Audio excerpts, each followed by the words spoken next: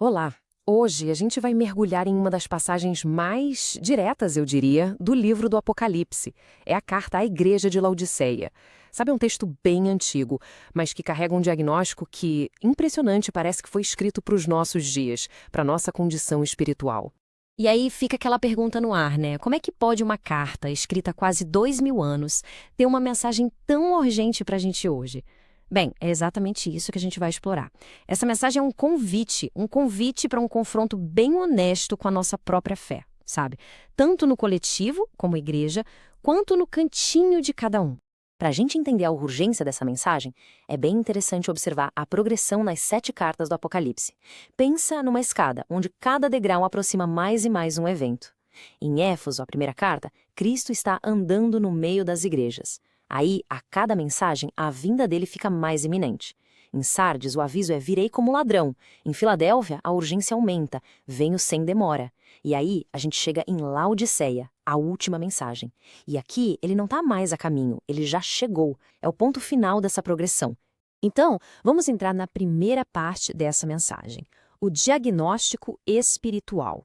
É aqui que a gente vai ver a avaliação que é feita da condição daquele povo e o perigo de uma autoilusão, de se enxergar de um jeito que não corresponde à realidade.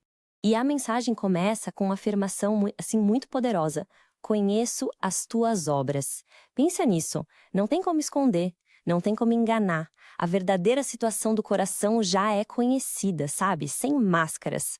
E o problema central, então, é a mornidão. Mas veja bem, ser morno não é um meio-termo aceitável. Pelo contrário, é uma condição de indiferença, de autossuficiência, que a mensagem trata como algo repulsivo.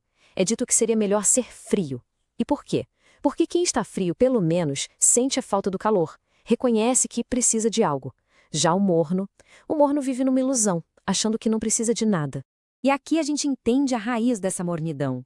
A autoavaliação deles era: rico sou, e estou enriquecido, e de nada tenho falta. Laodiceia era uma cidade muito próspera, um centro bancário importante.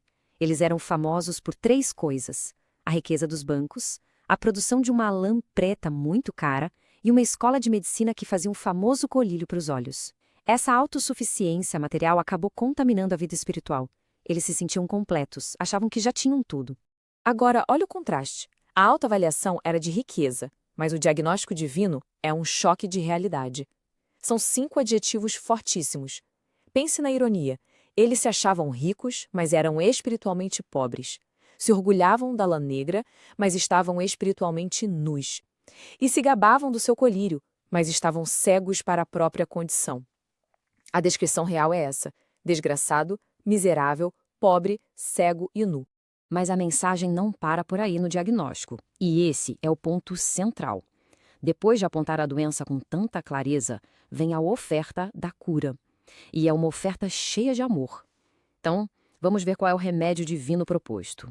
O conselho é um tratamento de 3 partes e cada uma delas é uma resposta direta à autossuficiência deles. Para a pobreza espiritual, a sugestão é adquirir ouro provado no fogo, que simboliza uma fé genuína, uma riqueza de verdade. Para a nudez, em vez da lã preta, a oferta é de vestes brancas.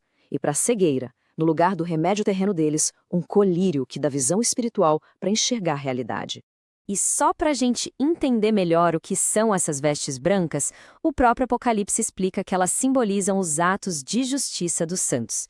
Mas, e aqui está o ponto-chave, essa justiça não é nossa, não é algo que a gente consiga por esforço próprio.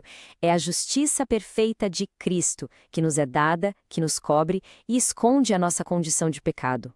Bom, depois de um diagnóstico tão duro e da apresentação do remédio, a mensagem revela qual é a verdadeira motivação por trás de tudo isso. E a gente descobre que não é sobre condenação, é sobre um convite de amor. E esse versículo é a chave para entender tudo. Eu repreendo e castigo a todos quantos amo. Olha só que coisa. A repreensão e a disciplina aqui não são um sinal de raiva ou de rejeição. Pelo contrário, são a prova do amor. É o amor tão grande que não desiste, que não abandona ninguém na mornidão, mas que confronta para gerar arrependimento e mudança. E chegamos ao clímax de toda a mensagem. A figura que no início se apresenta como o juiz que tudo vê, agora se revela de uma forma completamente diferente. Eis que estou à porta e bato. Ele está do lado de fora, esperando. A entrada não é forçada, depende de uma resposta, de um convite para uma comunhão íntima, simbolizada por essa ceia juntos. E é aqui que o discurso muda do coletivo para o individual. Repare como o amor divino é ativo, é expresso em verbos, em ações. São 7 passos. Eu repreendo, eu castigo, estou à porta, bato, e se a porta for aberta, entrarei, cearei com a pessoa e, por fim, lhe concederei assentar-se comigo no trono. É um convite que se torna extremamente pessoal, com uma promessa incrível. Essa mensagem coloca cada pessoa diante da mesma porta. A batida pode ser ouvida agora mesmo, neste momento.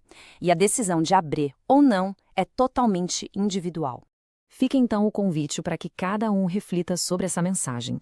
Se essa análise trouxe algo de bom, de novo, considere curtir e compartilhar. É uma forma de ajudar essa mensagem tão urgente a continuar seu caminho, a bater em outras portas e, quem sabe, tocar outros corações.